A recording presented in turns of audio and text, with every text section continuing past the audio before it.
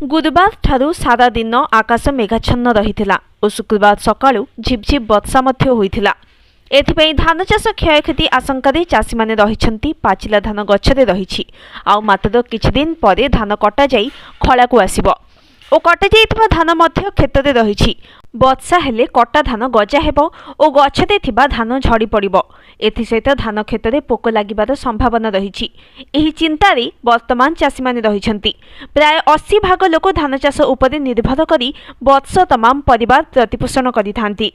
चाष कार्य आरंभरू चाषी माने बैंक किंबा महाजन ठारू सुधरे ऋण आनिथांती और धान बिक्री करी एहाको परिशोध करिथांती। मात्र जदि वर्षा हुए तेबे धान चाष पई एहा काळ हेबो।